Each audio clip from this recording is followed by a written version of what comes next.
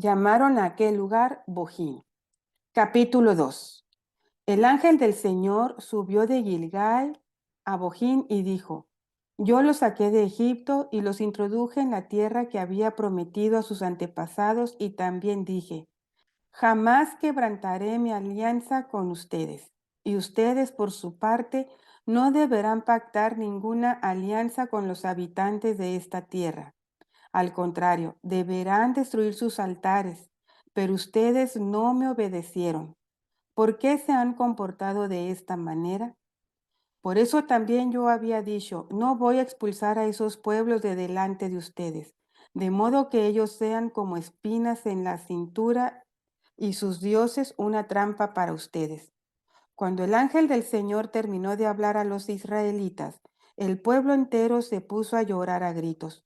Por esta razón llamaron a aquel lugar Bojín, los que lloran, y allí ofrecieron sacrificios al Señor. 2. El libro de los 12 jueces. Prefacio. Josué, hijo de Nun, murió a la edad de 110 años. Josué despidió al pueblo y los israelitas se fueron cada uno a ocupar el territorio que les había tocado. El pueblo sirvió al Señor mientras estuvieron en vida Josué y todos los ancianos que le sobrevivieron. Ellos fueron testigos de todas las grandes maravillas que el Señor había realizado en favor de Israel. Josué, hijo de Nun, servidor del Señor, murió a la edad de 110 años y lo sepultaron en el territorio de su propiedad en Timnat Serach, en la montaña de Efraín, al norte del monte Gaás. Pero cuando toda aquella generación de la época de Josué fue a reunirse con sus antepasados, surgió una nueva generación que no había conocido al Señor ni las maravillas que había realizado en favor de Israel.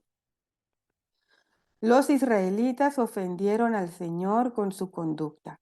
Entonces los israelitas ofendieron al Señor con su conducta y dieron culto a los ídolos. Abandonaron al Señor, Dios de sus antepasados, que los había hecho salir de Egipto. Se fueron detrás de otros dioses.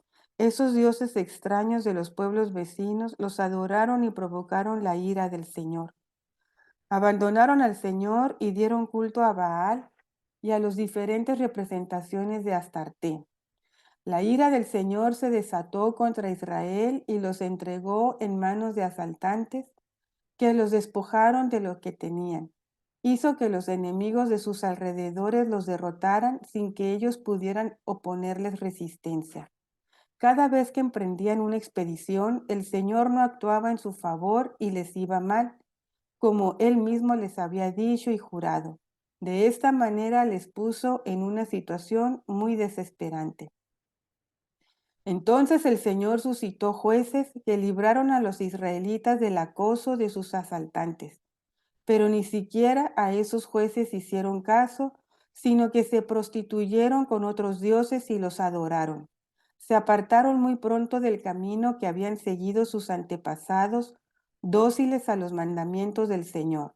No actuaron como ellos. Cuando el Señor les suscitaba jueces, el Señor estaba con el juez y lo salvaba de la mano de sus enemigos mientras vivía el juez, porque el Señor se compadecía de oírlos gemir delante de aquellos que los maltrataban y oprimían. Pero sucedía que, al morir el juez, volvían a corromperse peor que sus antepasados, yendo tras otros dioses a darles culto y adorarlos. En nada renunciaban a sus malas acciones ni a su conducta obstinada. Por eso la ira del Señor se desató contra Israel y dijo: porque esta nación ha quebrantado mi alianza, la que pacté con sus antepasados, y no ha querido obedecerme. Tampoco yo seguiré expulsando delante de ellos a ninguna de las naciones que Josué dejó al morir, a fin de poner a prueba a Israel y ver si seguía o no sus caminos, como los había seguido sus antepasados. El mismo Señor, en lugar de expulsar inmediatamente a aquellas naciones, las dejó en paz y no las entregó en manos de Josué.